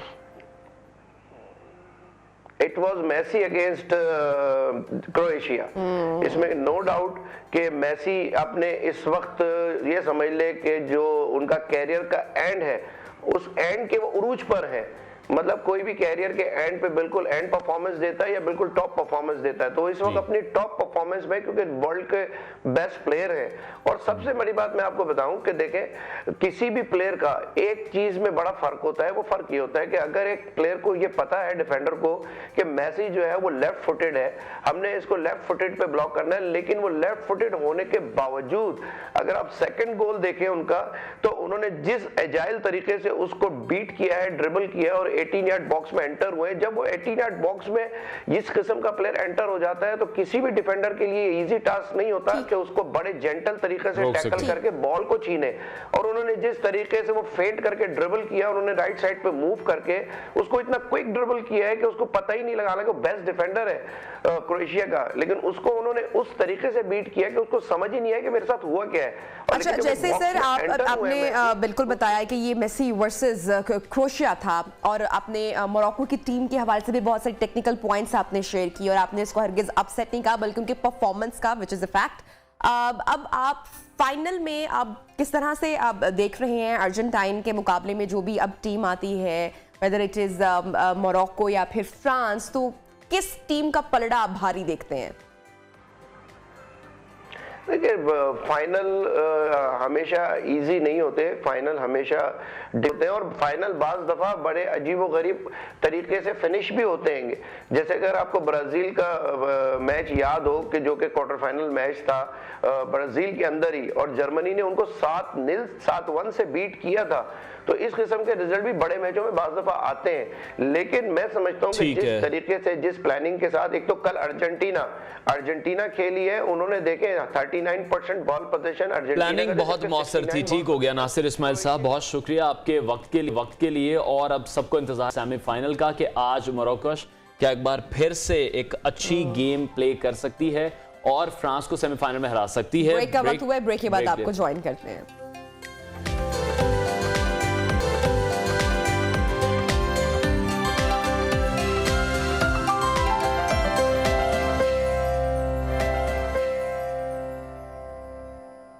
Welcome back. भारत पाकिस्तान में दहशतगर्दी की कार्रवाइयों में मुलव्वस रहा है, ये पूरी दुनिया ही जानती है। और ये आज की बात बिल्कुल भी नहीं है, बल्कि भारत की हमेशा से ही ये कोशिश रही है कि रियासत पाकिस्तान को आलमी सतह पर बदनाम किया जाए और पाकिस्तान में दहशतगर्दी खुद करवाकर खुद को मजलूम साबित करना। ये हमेशा से हमने देखा है कि भारत यही हरकतें करता रहा। और अनवान, ना सिर्फ भारत, जो भारतीय मीडिया है वो भी पाकिस्तान के खिलाफ जिस तरीके से प्रोपेगेंडा करता है, और कोई कबूतर भी अगर उनकी सरहद पर मिल जाए तो वो उसको भी दहशतगर्द करार देते कहा जाता है, दहशतगर्द कहा जाता है। तो जनाब, भारत ने पाकिस्तान में दहशतगर्दी के लिए $8,75,000 4 अफराद को दिए। अनवर, अब ये फैक्ट्स है, ये सब सारी बातें सामने आ रही हैं। दोबारा हम आप सबको याद भी करवा रहे हैं, जौहर टाउन में नाज़रीन एक बम ब्लास्ट हुआ था आज से कुछ साल पहले, आप तमाम लोगों को आई एम श्योर याद होगा, जिसमें 3 अफराद जाँ बहक हुए थे, 3 घर, 12 गाड़ियों को नुकसान पहुंचा था। रिहायशी इलाका था जौहर टाउन का जहां पर ये ब्लास्ट हुआ था। I still remember. उसके ताने बाने जोड़ने की कोशिश की जा रही थी, प्रॉपर इन्वेस्टिगेशन हुई। अब जो इतलात सामने आ रही हैं इससे मुतल्लिक, इस ब्लास्ट से मुतल्लिक, वो ये है कि भारत की जो दहशतगर्दी है उसके जो सबूत हैं अनवार, वो अब मिलना शुरू हो चुके हैं। अब एडिशनल आईजी पंजाब ने वजीर दाखिला राना सनाउल्लाह के साथ प्रेस ब्रीफिंग में बताया कि हाफिज सईद की रिहाइश के करीब एक गाड़ी खड़ी की गई थी और आपको याद होगा कि तकरीबन 1 घंटे के बाद वहां पर ब्लास्ट हुआ था और उसके बाद इन्वेस्टिगेशन स्टार्ट हुई। काफी लोगों को गिरफ्तार भी उसमें किया गया था। बिल्कुल। और सबसे पहले जो पीटर पॉल डेविड है उसे गिरफ्तार किया गया था और पीटर काली बदेश और बबलू सिरवानी भारतीय एजेंट से राब्ता भी था, इनके प्रूफ भी मिले थे। एडिशनल आईजी सीटीडी के मुताबिक कि ईद गुल और उसकी बीवी आयशा गुल को धमाके के 5-6 दिन बाद गिरफ्तार किया गया था और ये वो 2 लोग हैं जिन्होंने गाड़ी में धमाकेखेज मवाद नस्ब किया गया था। इस हवाले से एडिशनल आईजी का क्या कहना था प्रेस ब्रीफिंग में, वो पहले सुनते हैं। हमारे पास वो सबूत आ गए हैं जो कि अनडिनाइबल सबूत हैं कि जिससे ये चीज़ एस्टेब्लिश हो चुकी हुई है कि इसमें इंडिया का हाथ है और रॉ की इन्वॉल्वमेंट है। इस वजह से अब हम इस काबिल हो गए हैं कि हम इसका चेहरा जो है पूरी दुनिया के सामने जो है वो नंगा कर सकें। तो नाज़रीन, इसके अलावा वज़ीर दाखिला ने कहा है कि वज़ीर दाखिला ने उन्होंने कहा है कि भारत कश्मीर में भी जो अपने बदतरीन जुल्म है उसको छुपाने के लिए ऐसा कर रहा है और उस जुल्म का जवाब पेश करने के लिए नए बहाने तलाश कर बैनुल-अक़वामी बरादरी की जो सिंपथीज हैं, जो हिमायत है, वो हासिल करना चाहता है, करता रहा है और पाकिस्तान में हर किस्म की दहशतगर्दी को फ़रोग देता रहा है। राना सनाउल्लाह साहब की स्टेटमेंट इस हवाले से सामने आई, आपके साथ शेयर करते हैं। दहशतगर्दी की कोई भी सूरत हो, उसके पीछे कहीं ना कहीं इंडिया की जो है वो इन्वॉल्वमेंट जो है वो नज़र आती है। इंडिया जो कि इस वक्त एक दुश्मन मुल्क से भी जो है वो आगे उसकी कार्रवाइयाँ जो है वो जा चुकी हैं। इस हवाले से वो सिर्फ अपने जुल्म को छुपाने के लिए हिंदुस्तान के ऐसे जुल्म का शिकार है कि जिसकी कोई मिसाल नहीं। इसी हवाले से मजीद बात करेंगे। तजियाकार कर्नल रिटायर्ड असद महमूद ने हमें ज्वाइन किया है। कर्नल साहब, बहुत शुक्रिया आपके वक्त के लिए। आप किस तरह से देख रहे हैं, मुंबई हमले हो, पुलवामा हमला हो, भारत बिल्कुल देर नहीं करता पाकिस्तान पर इल्ज़ाम लगाने की। और 2 एटमी ताकतों की अगर बात की जाए तो भारत ये जानता है दोनों एटमी ममालिक हैं और इस तरह की स्टेटमेंट बहुत गलत भी हो सकती हैं, बहुत गलत तरीके से उनको देखा जा सकता है। सूरत हाल खतरनाक हो सकती है। कई दहाइयों से हम देख रहे हैं भारत पाकिस्तान में इंटरफेयर करता है। पाकिस्तान में जो दहशतगर्दी की कार्रवाइयां होती हैं वो सरहद पार से ही करवाई जाती हैं। बिस्मिल्लाहिर्रहमानिर्रहीम। Thank you very much. मैं समझता हूं कि इंडिया के बारे में हम पाकिस्तानियों को तो किसी तरह का कोई शक नहीं है और स्पेशली कल की जो प्रेस ब्रीफिंग आपने जिसका तज़किरा किया, राना सनाउल्लाह साहब ने और एडिशनल आईजी पंजाब जो हैं, उन्होंने बिल्कुल सबूत और शवाहिद के साथ सारी चीज़ें सामने लेकर आए कि लाहौर में जो इंसिडेंट हुआ था उसके अंदर किस किस तरीके से इंडियंस इन्वॉल्व थे। अब एक आप फर्क नजर आता है, एक वाज़ह फर्क, जो कि एक जिम्मेदार रियासत, एटमी रियासत है और एक ऐसी रियासत जो कि सिर्फ पड़ोसी ममालिक के अंदर दहशतगर्दी करती हुई नजर आती है। आपको आप इमेजिन करें इसके ताने बाने कहां से शुरू होते हैं। इंडिया है, रॉ है इसके अंदर, नेपाल में इनका एजेंट काम कर रहा है, यूएई के अंदर एजेंट इनका काम कर रहा है, पाकिस्तान के अंदर सर्टली इनके इस तरह के लोग खरीदे हुए थे and they were the one $8,75,000 का आपने जैसे तस्करा किया डॉक्टर नबिया ने, सर्टली ये सारी चीजें आपको नजर आती हैं। बट मैं ये समझता हूं कि ठीक है, this is good dossier available कि आप कहाँ पे भेजेंगे, आप यूनाइटेड नेशन के अंदर लेके जाएंगे, आपको डिफरेंट फोरम्स नजर आते हैं, आप वहां पे इनको उठाएंगे, यही एक जिम्मेदार मुल्क का होता है काम कि उसने करना है and this is what exactly Pakistan is doing. But I believe कि अगर पिछले 20 सालों के अंदर आप देखें तो पाकिस्तान के अंदर अगर हमारी 80,000 जानें गई हैं तो उसका 95% जो जिम्मेदारी है वो इंडिया के ऊपर आती है। जिस तरीके से उसने अपनी प्रॉपर्टीज को खुले छोड़े रखा और उन्होंने अरबों रुपए खर्च किए, कैन यू इमेजिन कि इंडिया वाज द वन कि जिसने टी पैक को डिस्टर्ब और अपरूट करने के लिए $500 मिलियन जो वो मख्तस किए थे। सो 8,75,000 इज जस्ट पीनट एक्चुअली, जो कि उन्होंने एक इस तरह की वारदात के ऊपर किया। एंड आई से कि हम अपने जितने भी कानून नाफिज करने वाले इदारे हैं और intelligence agency specially I would say they are really to be appreciated. Why? Because ये जिस तरीके से उन्होंने इतनी सूरत के साथ अनअर्थ किया, वो जो मुजरिम मेन था, वो जो फरार हो रहा था, उसको एयरपोर्ट से गिरफ्तार किया और फिर ताने बाने बुलते चले गए, आप सबको एक लिहाज से पकड़ने में कामयाब हुए और ये साबित हुआ कि इंडिया था इसके पीछे। तो मैं ये समझता हूं कि आपकी ही बात को यहीं से आगे बढ़ाना चाहूंगी। हमारे जिस तरह सिक्योरिटी इदारे आप जिक्र करें, जौहर टाउन ब्लास्ट में भारत का लिंक तो बहुत पहले तलाश किया गया, लेकिन उसके जिम्मेदारों को सजा भी हुई, कुछ का ट्रायल भी हो रहा है। अब ये जो ब्रीफिंग सामने आई है, इसका मकसद आप क्या समझते हैं? ऑब्वियसली आलमी दुनिया के सामने भारत का जो मखरू चेहरा है वो दिखाना भी एक मकसद है, लेकिन फिर इसमें इतनी ताखीर क्यों, इतना डिले क्यों, इतना वक्त क्यों? रीजन मैं समझता हूं कि इसके अंदर मेरा ख्याल है हमने किसी तरह इंडिया की तरह, जैसा आपने कहा था जी कि चाहे पुलवामा की बात होती है, चाहे किसी और तरह का इनका एक बेस था उसके ऊपर ये अटैक हुआ था, इनका अपना खुद किया हुआ था इंडिया का इशारे के सारा प्लान, और उन्होंने टाइम नहीं लिया, within half an hour an hours time उन्होंने कहा जी कि सारे के सारे पाकिस्तान ने किया है। मैंने आपसे कहा ना, ये एक बुनियादी फर्क है कि पाकिस्तान ने जब तक तमाम सबूत और शवाहद हमारे पास मौजूद नहीं हुए, जब तक तमाम कड़ियां आपके पास नहीं पहुंची, आपने बिल्कुल इस तरह की कोई स्टेटमेंट नहीं दी। And that is actually the strength of Pakistan and Pakistan की जो हुकूमत की है, स्टेट ऑफ पाकिस्तान की है, कि वो जब तक ऐसे इल्जाम किसी पे नहीं लगाते जब तक उसके पास सबूत ना हो। और मेरा ख्याल है दिस इज एनफ एक एविडेंस आपके पास मौजूद है कि नो, अब इंडिया को हमने हर जगह पे, दुनिया में हर जगह पे इसको फॉलो करना है, परसू करना है, और इंडिया का वो जो घिनौना चेहरा है जो वो दुनिया के सामने हमें लेकर आने की बहुत जरूरत है। And it is not only Pakistan, मैं समझता हूँ कि जो कि स्टिल सफर कर रहा है इंडिया के हाथों। आप बांग्लादेश को देखें, बांग्लादेश को उसने बिल्कुल बाजू मरोड़ के रखा, वहां पे जिस तरह की उसने कार्रवाइयां की। आप श्रीलंका को देख लें, श्रीलंका के अंदर जो सिविल वॉर की हालत के अंदर जो उसने पहुंचाया, इट वाज बेसिकली इंडिया। आप नेपाल की बात करें, नेपाल तो उसका ऐसा लगता है आपको कि बिल्कुल जिस तरह इंडिया कहता है नेपाल एक लिहाज से आपको उस तरीके से एक्ट करता नजर आता है। सो आई से कि it's not only Pakistan, India के अंदर वो जो हेजमोनिक डिजाइन होने की जो एक एक लिहाज से माइंड सेट है, एंड दे कंसीडर देमसेल्व्स कि नहीं जी हम जो हैं वो तो हम रीजनल सुपर पावर हैं and everybody should accept it. वो प्रॉब्ली उसके अंदर वो कोई भी तरीका इख्तियार करना चाहते हैं। बट आई वुड से कि यस, हमारे चाहे पाकिस्तानी अवाम की बात करते हैं, बेतहाशा हमने कुर्बानियां दी हैं। आप आर्म फोर्सेस की बात करते हैं, पुलिस की, रेंजर्स की, और आई वुड से कि बहुत नुकसान हुआ, बहुत नुकसान हमने इंडिया के हाथों उठाया। अब नो इज द टाइम कि जहां पे हम, लेकिन जब भी हम देखते हैं इस तरह का कोई वाकया हिंदुस्तान में होता है, इंडिया बहुत एग्रेसिवली पाकिस्तान पर इल्जामात लगाता है। जिस तरह आपने कहा कि आधे घंटे के अंदर ही within half an hour Pakistan पर इल्जाम लगा दिया गया, उसकी कोई तहकीकात नहीं की गई। अगर हम अपने हालात देखें, कुलभूषण यादव की सूरत में हमारे पास एक भारतीय रियासत की दहशतगर्दी का एक जो गिरोह है वो पूरा गिरोह बेनकाब हुआ, लेकिन हमने ये देखा कि उस शख्स के लिए जो कि वहां पर नेवी का मुलाजिम है, मासूम जानों का कातिल है, हजारों मासूम जानों का कातिल है, उसके लिए रिलीफ के लिए कानून साजी की जाती रही है। 1999 की अगर बात की जाए तो फिर पाकिस्तानी अटलांटिक जहाज की तबाही पर भी भारत जो है वो court of justice, international court of justice में नहीं गया था। हमारी तरफ से ही इतना क्वेश्चन क्यों रखा जाता है? ये आपने बहुत ही खूबसूरत सवाल किया, और मैं समझता हूं कि बहुत सारे प्रोग्रामों के अंदर इस पे मेरी बात हुई थी कि जी जब हमारा अटलांटिक जहाज उन्होंने गिराया, and it was in our area of responsibility, India की तरफ नहीं था हमारा जहाज जो था जी। तो हम जब इंटरनेशनल कोर्ट ऑफ जस्टिस के अंदर गए तो इंडिया ने कहा जी नहीं, तो हम जो इसकी ज्यूरिसडिक्शन को मानते ही नहीं हैं। इन अदर केस जब ये कुलभूषण यादव वाला सिलसिला हुआ तो उस वक्त की जो पाकिस्तानी हुकूमत थी उन्होंने उससे पहले इंटरनेशनल कोर्ट ऑफ जो जस्टिस था उसकी एक लिहाज से आप कह सकते हैं कि उसको माना था जी कि हाँ ठीक है, अगर कोई केस होता है तो fine, we accept that. So we have to find weaknesses in ourself also और in our system.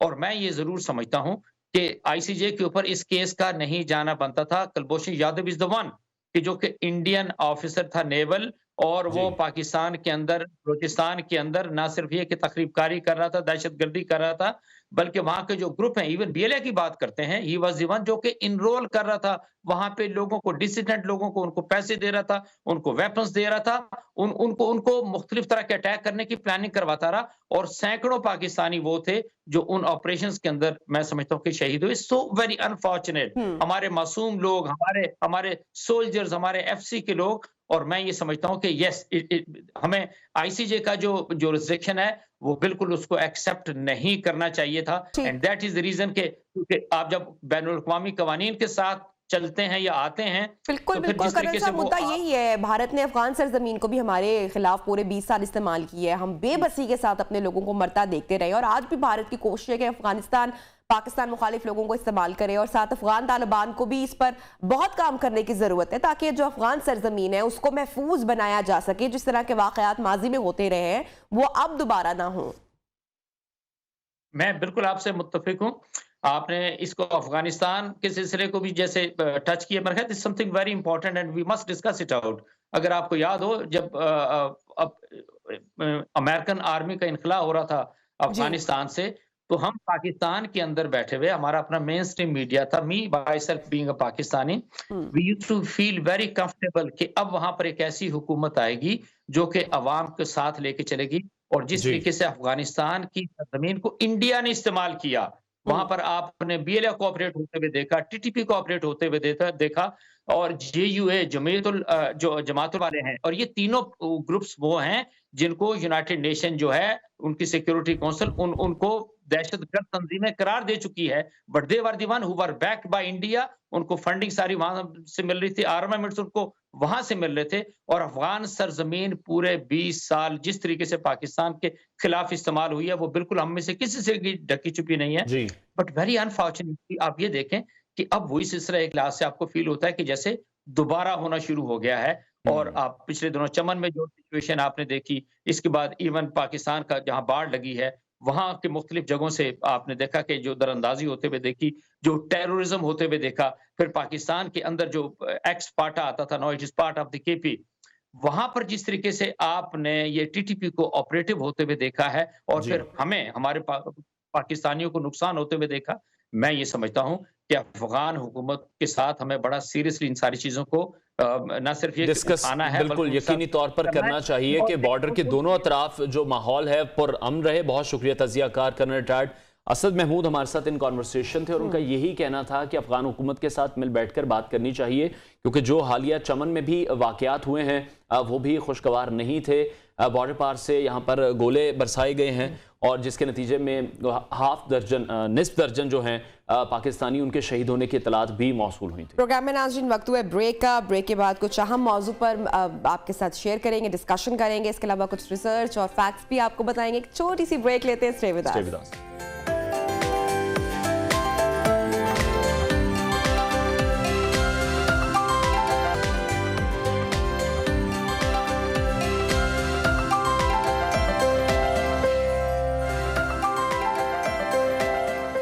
Welcome back. Programme को आगे बढ़ाते हैं और रावलपिंडी के एक ऐसे कॉलेज का तस्करा आपके साथ इस वक्त करने वाले हैं जिसकी जो हिस्ट्री है वो तकरीबन 129 साल पुरानी है, और बड़े बड़े पाकिस्तान के नाम यहाँ से निकले हैं। कुछ नामों का जिक्र आपके साथ करेंगे। पाक फौज के साबिक सरबराहान जनरल कमर जावेद बाजवा, जनरल जहांगीर करामत, साबिक वज़ीर आज़म शौकत अजीज़, परवेज़ रशीद, शेख रशीद, परवेज़ खटक, डॉक्टर मुजाहिद कामरान, डॉक्टर शाहिद सिद्दीकी, जस्टिस शादीन मोहम्मद, अदाकार राहत काज़मी, हुमायूं गौहर शहीद सहाफ़ी अरशद शरीफ और एंकर पर्सन तलत हुसैन की मादरे इल्मी का जिक्र मैं कर रही हूँ गॉर्डन कॉलेज रावलपिंडी। नाज़रीन, इन दिनों खबरों में है और खबरें ये सरगर्म है कि गॉर्डन कॉलेज रावलपिंडी जिससे कायम हुए, जैसा कि मैंने आपसे जिक्र किया कि 129 बरस बीत चुके हैं, इससे एक बार फिर यूनाइटेड प्रेस्बिटेरियन चर्च अमेरिका के हवाले अनवार किया जा रहा है। और सवाल इस मामले में यह है कि असल मामला क्या है, इस पर इतनी तनकीद क्यों हो रही है। इंडिपेंडेंट उर्दू के सहाफ़ी हैं और मौरिख हैं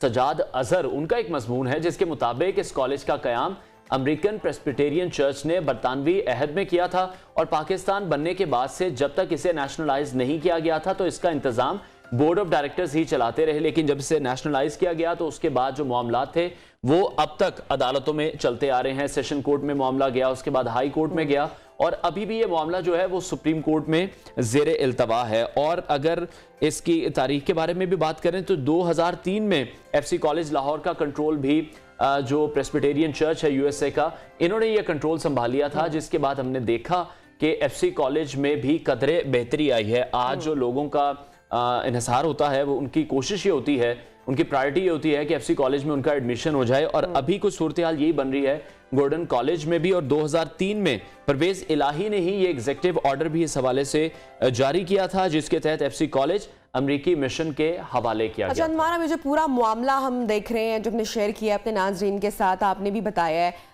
इसकी वजह से जो कॉलेज इंतज़ामिया है, जो स्टूडेंट्स तलबा यहाँ पर है, उनमें एक बेचैनी पाई जाती है। और कॉलेज प्रेस्बिटेरियन मिशन सियालकोट ने कायम किया, हिस्ट्री आपने इसकी तमाम हमारे नाज़रीन के साथ शेयर की।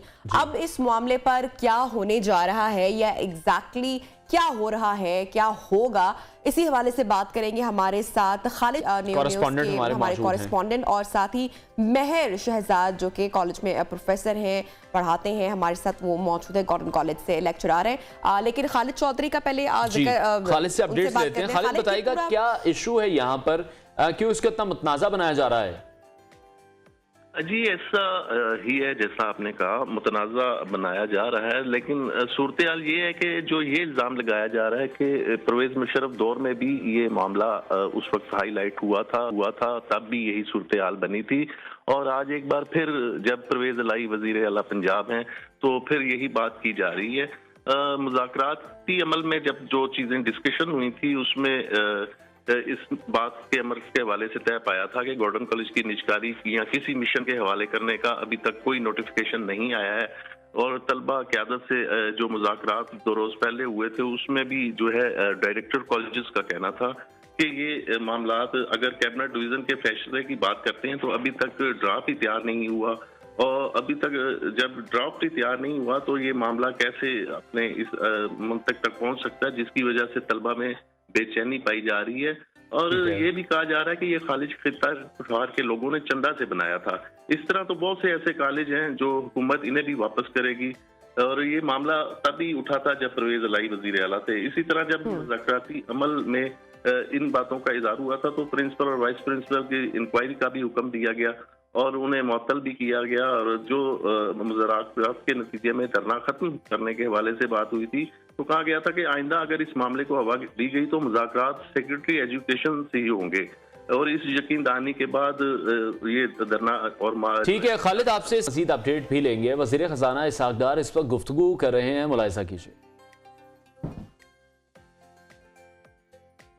We understand you overworked, so I said, give this man to us. We started that, this good thing. We imposed ourselves, 60%. The law was rolled out, obviously, after the coup. But you see, then we campaign worldwide that we are debt trapped. Can somebody tell me what is the US debt to GDP? 110%. UK after post-COVID, 101%. Japan 257. I never see any politician or any media house talking there that we are a debt trap country. Is this the difference? Is that they can print dollars, they can print sterling, they can print yen, and they can't, and we can't? The P is not the global. See, let's please, for heaven's sake, the politics must be detached from this economy. I don't know. I'm being sometimes emotional, but I feel hurt. The country which was going to be part of G20 in few years' time, they should have been collective effort to reduce the timeline. and it would have been possible with the speed the country was moving on. But somehow, we are there. It's never too late. I think you campaign with your media partners and colleagues.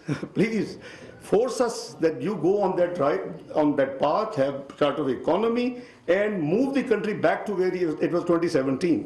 Right. I think this is very important, and we recognize that you have been, I think, championing this cause of Charter of Economy for many years. And on behalf of at least Prime Institute, I can commit that in the future, in next, we are please going to elections.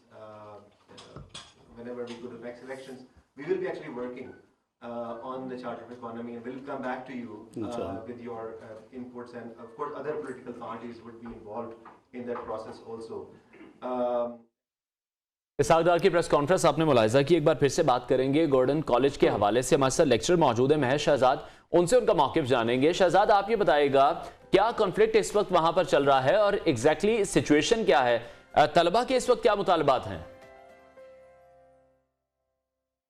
जहां तक Gordon college के हवाले से हम बात करें तो Gordon college FC church जो कि अमेरिकन प्रेस्बिटेरियन चर्च है उसको वापस दिया जा रहा है, सेम उसी पैटर्न पे जिस पैटर्न पे एफसी कॉलेज 2003 में जब चौधरी परवेज इलाही साहब चीफ मिनिस्टर थे और general Musharraf president of Pakistan ji, तो ये हम समझते हैं कि ये एक गरीब तलबा के साथ एक साजिश है, क्योंकि जब ये चर्च के पास चला जाएगा ये असासे पाकिस्तान पर एक हमला होगा।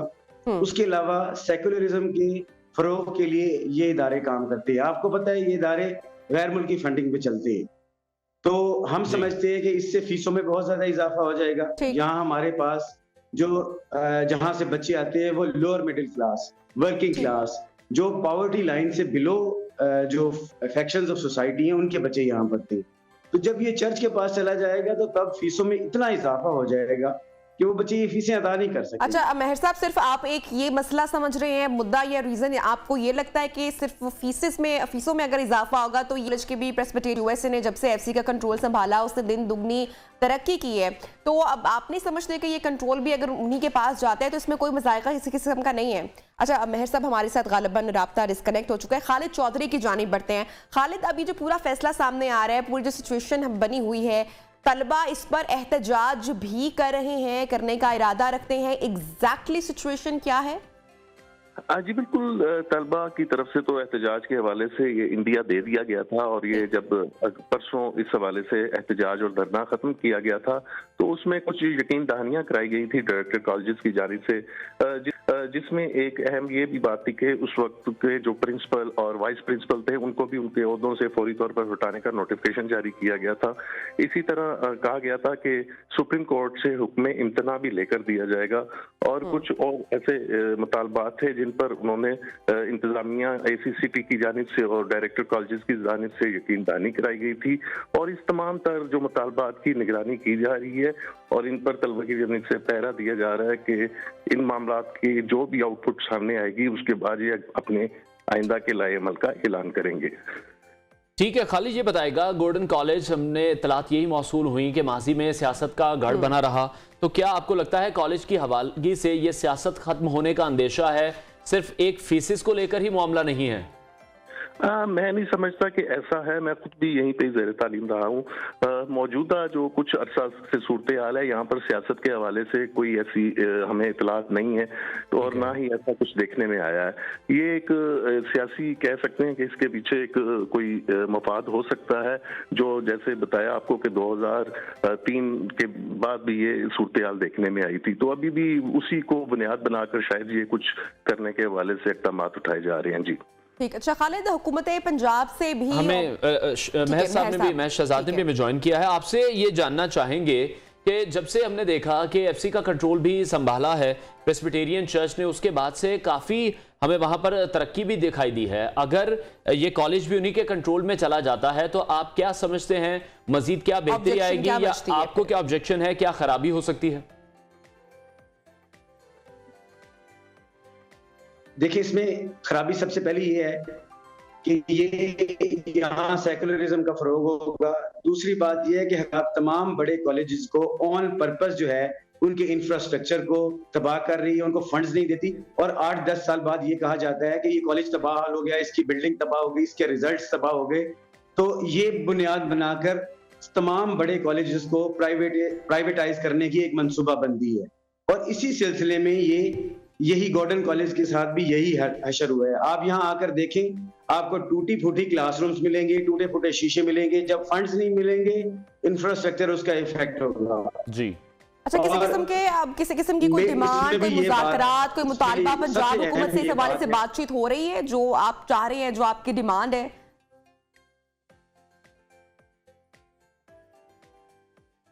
अच्छा ठीक है, मेहर साहब से हमारा राब्ता एक मरतबा फिर से डिस्कनेक्ट हो चुका है। खालिद चौधरी की जानिब बढ़ते हैं। बल्कि thank you so much Khalid, आपने भी हमें इसके ऊपर डिटेल सारी शेयर की आपने हमारे साथ। ये एक इस वक्त अनवार जो इंतजामिया है, जो स्टूडेंट्स हैं, वो इस फैसले पर राजी ऑब्वियसली दिखाई नहीं दे रहे हैं। एक प्रोटेस्ट काइंड ऑफ माहौल एनवायरनमेंट वहां पर नजर आ रहा है। पंजाब गवर्नमेंट से भी मुतालबा किया जा रहा है कि इस तरह से ना किया जाए। खैर आगे बढ़ते हैं और अब कुछ बात करते हैं इस्लामाबाद के हाइकिंग ट्रैक्स का, जो कि बहुत ही ज़्यादा खूबसूरत होते हैं, वहाँ पर जो ट्रेल्स मौजूद हैं। तो इस हवाले से एक रिपोर्ट हमने रेडी की है, वो आपसे शेयर करते हैं। शहर बेमिसाल में मारगला की पहाड़ियों में हाइकिंग के लिए रास्ते बनाए गए हैं, जिन्हें ट्रेल्स कहा जाता है। यहाँ पर कुल 6 ट्रेल्स है, जिनमें सबसे ज्यादा जानी पहचानी ट्रेल 3 और ट्रेल 5 है। मारगला के पहाड़ी में वाक़े सरसब्ज़ शादाब घने जंगलात से लैस ये ट्रेल्स, यहाँ शहरी इक़्तिदार के बासी हाइकिंग, वॉक और रनिंग करते हैं। इन ट्रैक्स में क्या क्या है, आइए आपको इनकी सैर कराते हैं। ट्रेल 5 का सफर 2.5 से 3.5 घंटे तक का है। ट्रेल 5 भी पीर सुहावा रोड से जाकर मिल जाता है। इस ट्रेल में जगह जगह लकड़ी के बेंचेस और चट्टानें हैं, जिन पर बैठकर आप सुस्ता सकते हैं, जहनी थकान उतार सकते हैं और परिंदों की चहचहाहट से महसूस हो सकते हैं। ट्रेल 5 की सहर अंगेजियों में खो जाने के बाद अगली बारी आती है ट्रेल 3 की। कुदरती खूबसूरती से मालामाल ये है इस्लामाबाद का ट्रेल 3, जहां पर कुतुबीनी से मोहब्बत करने वाले अफराद हाइकिंग के साथ साथ मजे मजे की किताबें भी पढ़ सकते हैं। ट्रेल 3 मुकम्मल करने के लिए जरूरी है कि आप पहाड़ी रास्तों के पुराने मुसाफिर हों, वरना नौआमूज लोगों के लिए इसकी चढ़ाइयाँ दुश्वार हो सकती है। लेकिन अगर आप ट्रेल 3 मुकम्मल कर पाए तो आप इन पहाड़ों की चोटियों पर वाक़े मशहूर रेस्टोरेंट्स तक पहुँचेंगे।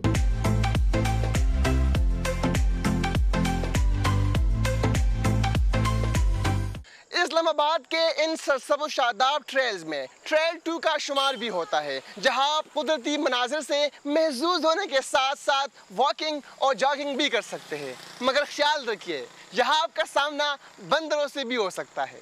तो चलिए देखते हैं। ट्रेल 2 इस्लामाबाद चिड़ियाघर के करीब से शुरू होता है और 1 से 1.5 घंटे की मुसाफत पर दामन कोह पहुंचकर इख्तिताम पजीर होता है। ये बहुत आसान ट्रेल है, मगर इसके दरमियान पानी मैसर नहीं होगा। ढोक जीवन यानी ट्रेल 4, जहां पर हाइकिंग के बाद यहाँ जंगल होटल में आप आ सकते हैं, यहाँ के मजे मजे के पकवानों से महसूस हो सकते हैं और साथ ही साथ इन पुराने जमाने की झोंपड़ियों में बैठकर आप गपशप लगा सकते हैं, चाय नोश फरमा सकते हैं और कुदरत के इन दिलमोह नज़ारों से खूब लुत्फ उठा सकते हैं। ट्रेल 4 अलग से कोई ट्रेल नहीं है, बल्कि ट्रेल 3 और ट्रेल 5 को मिलाने वाला दरमियानी रास्ता ट्रेल 4 कहलाता है। इसका फासला तकरीबन 1.5 किलोमीटर है। ये रास्ता मुश्किल है, मगर बहुत जायज़ नजर और खूबसूरत है। फैसल मस्जिद के पीछे से ट्रेल 6 शुरू होता है, जो पीर सुहावा रोड पर पहुंचकर इख्तिताम पजीर होता है। मेरठ में मौजूद ये है इस्लामाबाद का ट्रेल 6, जहां पर तेंदुआ पाया गया था, जिसके बाद इस ट्रैक को बंद किया गया है। अगर आप यहाँ पर आना चाहते हैं तो आप सिर्फ और सिर्फ मंगल और जुमरात के दिन आ सकते हैं, वो भी वाइल्ड लाइफ डिपार्टमेंट से परमिशन के बाद। मारगला के पहाड़ियों में वाक़े कुदरती खूबसूरती और जंगली जानवरों से मालामाल इन ट्रेल्स की सैर हमने आपको कराई। अगर आपका इस्लामाबाद आना हुआ तो इन ट्रेल्स का रुख जरूर कीजिए, यकीन कीजिए आपको मजा आएगा। कैमरामैन सदार मजीद के हमरा शिराज अहमद सिराजी, न्यू न्यूज़ इस्लामाबाद।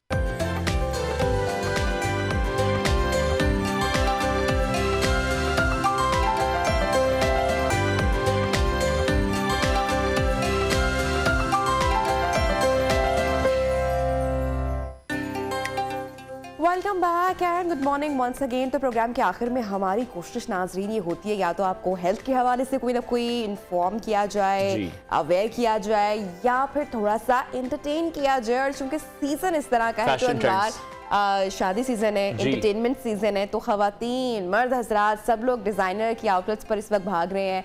खवातीन ये सोच रही हैं कि भाई उनकी ब्राइडल लुक कैसी होनी चाहिए कि वो सबसे मुनफरद लगे, वो सबसे डिफरेंट लगे और सबसे मर्द हजरात की कोशिश यही है कि वो भी उन्हें अच्छी तरह से बीट करें इस मामले में, क्योंकि अब मर्द भी पीछे नहीं रहते। हम जैसे कल भी डिस्कस कर रहे थे, नहीं मुकाबला तो नहीं हो सकता, लेकिन टफ टाइम देने की कोशिश तो की जा सकती है। यस बिल्कुल। अक्सर वो मुझे उमेर कहता है कि भाई क्या ये क्या बात है, ये क्या लॉजिक है, फिर हम घर ही चले जाते हैं, तुम दुल्हन वगैरह शूट करवा के तुम लोग आ जाए करो सीधा वहीं पे, अगर शादी अकेली है तो। बहरहाल कुछ तस्वीर भी हम आपके साथ शेयर करेंगे, आज कर रहे हैं। आप देखें कितने खूबसूरत नित नए जोड़े खवातीन जो हैं ढूंढती भी हैं, बनाती भी हैं। तो आज इसी हवाले से बात करेंगे। इन स्टूडियोज हमारे साथ मारूफ डिजाइनर आपको गाइड करेंगे जनाब, आपके शादी के कपड़ों के हवाले से अनवार शोएब इस्माइल साहब स्टूडियोज में मौजूद हैं। Thank you for coming in our show. अच्छा, तो किस तरह से आजकल ट्रेंड्स आप किस तरह से देख रहे हैं, क्योंकि हर साल एक डिज़ाइनर को अपनी जो वर्सेटाइल कलेक्शन है वो पेश शुरू करनी पड़ती है, क्योंकि मार्केट में भी कंपटीशन बहुत ज़्यादा है। एग्जैक्टली ऐसा ही है। फर्स्ट ऑफ ऑल जो अभी हम जो देख रहे हैं उसमें सबसे ज़्यादा ये चीज़ देखी जाती है कि आजकल भी लड़कियां जितनी आप देखें उनके माइंड लेवल वही हैं कि हमें रवायती जोड़े चाहिए। सुर्ख रंग को कभी भी नहीं वो ड्रॉप कर सकती, जस्ट लाइक मैरून, सुर्ख, वेलवेट, ये बहुत ट्रेडिशनल वर्कआउट होते हैं। हर बंदी की यही विश होती है कि यार हमारा ये लाइफ में फर्स्ट इवेंट है और फर्स्ट ही अल्लाह करे सबका रहे।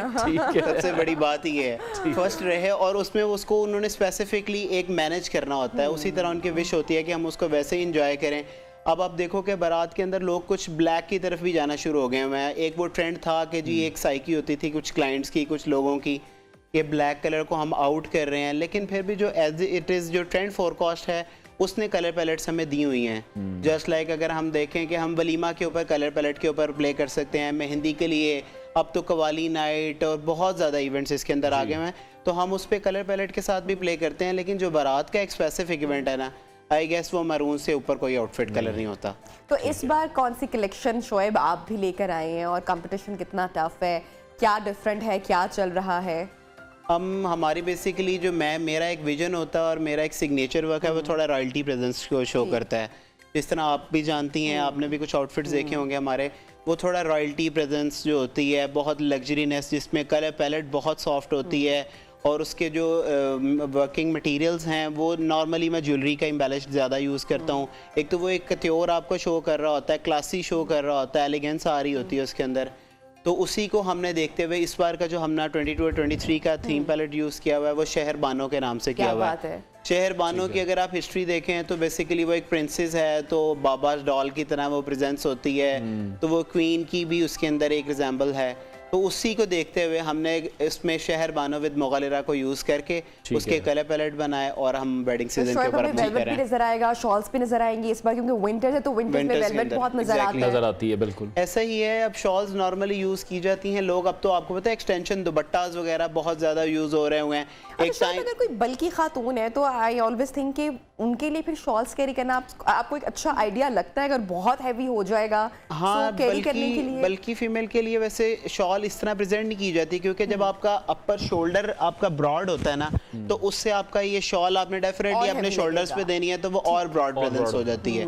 उससे बहुत बेहतर ये है कि आप उसके साथ लॉन्ग कट्स की तरफ प्रेजेंस दें, एज कम्पेयर हम लहंगा चोली की तरफ चले जाएं। लहंगा चोली में आपका लहंगा चोली अभी तो बहुत इन है भी चल रहा है, लहंगा चोली तो कभी खत्म हो ही नहीं होती है। या डिफरेंट अभी नहीं एक देखें नबी है, दो तरह की ऑप्शंस हैं। अगर ब्राइडल की तरफ आप मूव करते हैं ना, तो 100% आपको लहंगा चोली पे ही जाना पड़ता है। नॉर्मली आप देखें, अब आप हैं या अदरवाइज कोई भी बंदी है या फीमेल, किस तरह भी हम कंसिडर करते हैं उसको, वो लहंगा चोली बहुत सी ऐसी लड़कियां हैं जो अपनी शादी पे ही पहनती हैं। नॉर्मली लोग जो हैं, अगर आप मिडिल क्लास को देखें या नॉर्मली हायर क्लास भी, अपने नॉर्मल इवेंट के ऊपर लहंगा चोली नहीं मूव करते हैं। वो अगर लहंगा चोली करते हैं तो बहुत एक लाइट सा वर्क होता है, वो एक बारात की वाइब्स आ रही होती हैं उसके अंदर कि आपको लहंगा चोली हैवी चाहिए। ठीक है। और अगर आप फॉर वलीमास देख रहे हैं, उस पर बहुत ज़्यादा, जिस तरह लास्ट ईयर्स के अंदर बैक टेल्स बहुत इनहेंस होती थी, अब दुपट्टों के अंदर बहुत के अंदर जो ठीक है। दुपट्टा तो है, शुएब जो मर्द हजरात हैं आपकी लेटेस्ट कलेक्शन में, उनके लिए नया ट्रेंड क्या है, उनके लिए नई चीज क्या मर्द है? हजरात कहीं क्योंकि से मर्द कम हजरात नहीं भी हमारा रखे हुए मॉर्निंग हमने। शो देखते हैं। मर्द हजरात कहीं से कम नहीं है, जी। इसलिए बिल्कुल आप वरिड ना हो। तो मर्द हजरात इस टाइम लेडीज से ज्यादा वर्कआउट करवा रहे हैं अपनी शेरवानियों के करवा ऊपर। रहे हैं। बस ये रह गया हुआ है कि उनकी शेरवानीज की टेल्स बनाने वाली रह गई, बाकी सब हो चुका हुआ है। अच्छा शोएब, अगर हम वेस्ट में देखें तो वहाँ पे तो उनका वैसे ही किस्सा ही खत्म हो गया ना, वाइट गाउन है अनवार, तो कोई टेंशन ही नहीं है, जो बनेगा वाइट नेट में बनेगा, गाउन बनेगा। अच्छा इंडिया में भी हम देखते हैं चूंकि बड़ा असर और रसूख है हमारा, इकट्ठे भी रहे हुए हैं, कल्चरल डिफरेंसेस भी कोई इतने खासे नहीं है। वहाँ की जो दुल्हने हैं, बॉलीवुड को भी अगर आप देख लें, बड़ा पसंद भी किया जाता है, हम उनकी मूवीज भी देखते हैं, इसमें कोई झूठ या कोई वो बात नहीं है। आई थिंक म्यूजिक भी पसंद करते हैं, हमारे बहुत सारे सिंगर्स भी वहाँ पे गए हैं। तो वहाँ पे पेस्टल्स बहुत इन हुए हैं शादियों में, अभी रिसेंट भी जो चंद बॉलीवुड स्टार्स की शादियाँ हुई हैं।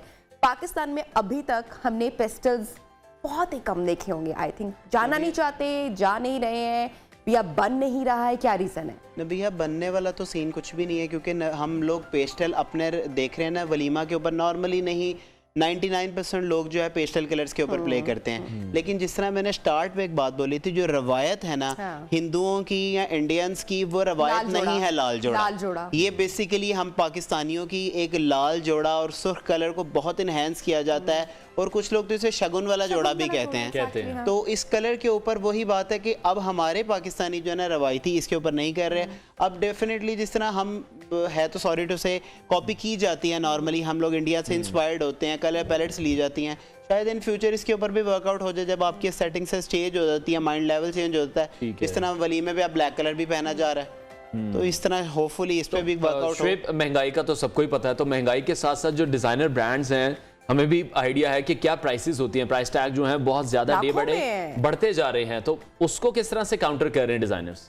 अब देखें ना, ऐसा है बॉस के जिस तरह भी हम वर्कआउट कर रहे हैं ना, हमारी पैलेट्स प्राइसेस भी बहुत ज़्यादा इंक्रीज हो गई हैं। जस्ट लाइक आप देखें, पहले एक आउटफिट अगर आपको लाख रुपए में रेडी हो जाता था, इन केस आइडियली बता रहा हूँ, अब वही आउटफिट आपको 2 लाख में चार्ज हो रहा है। तो डेफिनेटली यही एक पॉसिबिलिटी है, लेकिन अब प्रॉफिट ऑफ रेशियोज बहुत आपकी कम होती जा रही हैं। जस्ट लाइक क्लाइंट को हम यही फेवर दे सकते हैं कि अगर वो 2 लाख का जोड़ा ले रहा है या 2.5 लाख का जोड़ा ले रहा है, जो कि इकोनॉमिकल प्राइसेस में काउंट हो सकता है, वो उसमें हम ये किया जा सकता है कि अपना प्रॉफिट ऑफ रेशियो कम कर दो, क्लाइंट को ऑब्लाइज किया जाए, क्योंकि मार्केट में बहुत ज़्यादा कंपटीशन है।